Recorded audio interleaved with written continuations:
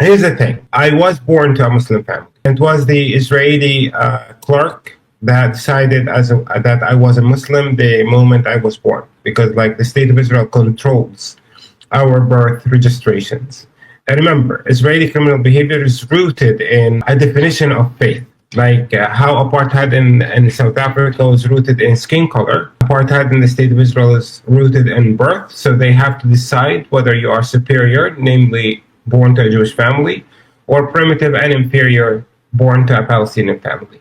So it wasn't me that decided that I was a Muslim. Yes, I was born to a Muslim family that were proud of their faith, like beautiful culture, a way of like looking after each other, being supportive of each other, and definitely like Islamic faith has influenced that culture. But once again, like the same kind of behavior exists also among Palestinian Christian families. I grew up in a Catholic school. The soldier who is placed between my family's house and my Catholic school defined himself as Jewish person. As a youngster, I ended up like, just like any person who's naive, would think of faith as like what people practice. The representation of Islamic faith would be like people in my family. The representation of Christianity would be like people in my school. The representation of Jewish faith will be the Israeli soldiers. It's like very simple to actually fall into that trap, where religion is defined by the behavior of individuals rather than by the sacred texts. So naturally, I end up like rejecting all those faiths because like the behavior, especially the behavior of men who claim to believe or uphold those religions, were like kind of abusive.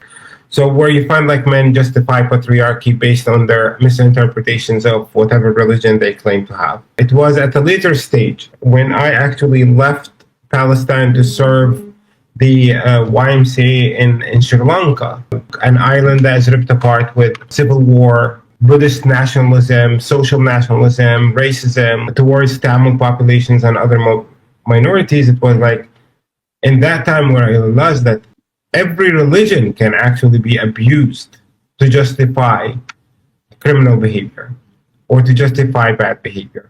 So I stopped looking at human behavior as a reference to religions and started diving into the sacred texts. And what I found in the sacred texts is like abusive behavior, political abuse, economic abuse, social abuse, goes in direct contradiction with those sacred texts. In a way, yes, I do understand like the naivety of people who allow human behavior to represent sacred texts, but like at the end of the day, just go into those sacred texts and read through them. You will find like all Abrahamic faiths like are connected in a submission to the divine. The one divine that was mentioned in the 10 Commandments was by Moses, confirmed again by Christ, confirmed again by Prophet Muhammad.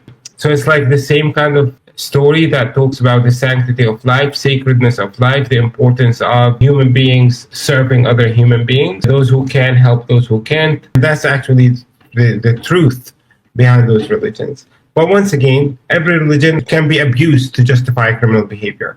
So the state of Israel abuses Judaism to justify its criminal behavior towards Palestine and the Palestinians. KKK abuses like Christianity to justify criminal behavior towards people of color. ISIS abuses Islamic faith to justify its criminal behavior towards all kinds of people. Like ISIS have murdered more than 300,000 Muslims in the Middle East, yet they are allowed to even be representatives of like Muslim faith or whatever, even though they are criminals. But the same thing with Hindu nationalists in India who abuse that way of life to justify criminal behavior towards Muslims and other minorities. Buddhist nationalists, like I never thought like Buddhism would be abused to justify criminal behavior, but we see Buddhist nationalists in Myanmar, in Sri Lanka, in many places where like Buddhist faith is being abused to justify criminal behavior. So when you ask me about like my actual faith, I believe in a faith that upholds the sanctity of life, and I reject every faith that actually goes on to justify the destruction of a human life.